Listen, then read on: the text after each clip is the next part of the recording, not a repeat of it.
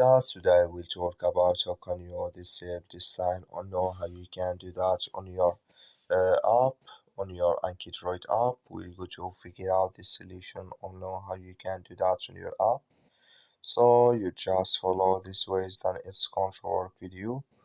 All you have to do, just go here above this sign, click on it.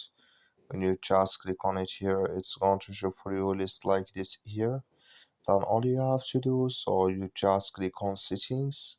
When you just click here on settings, it's going to take you to next step here. It's going to show for you like this.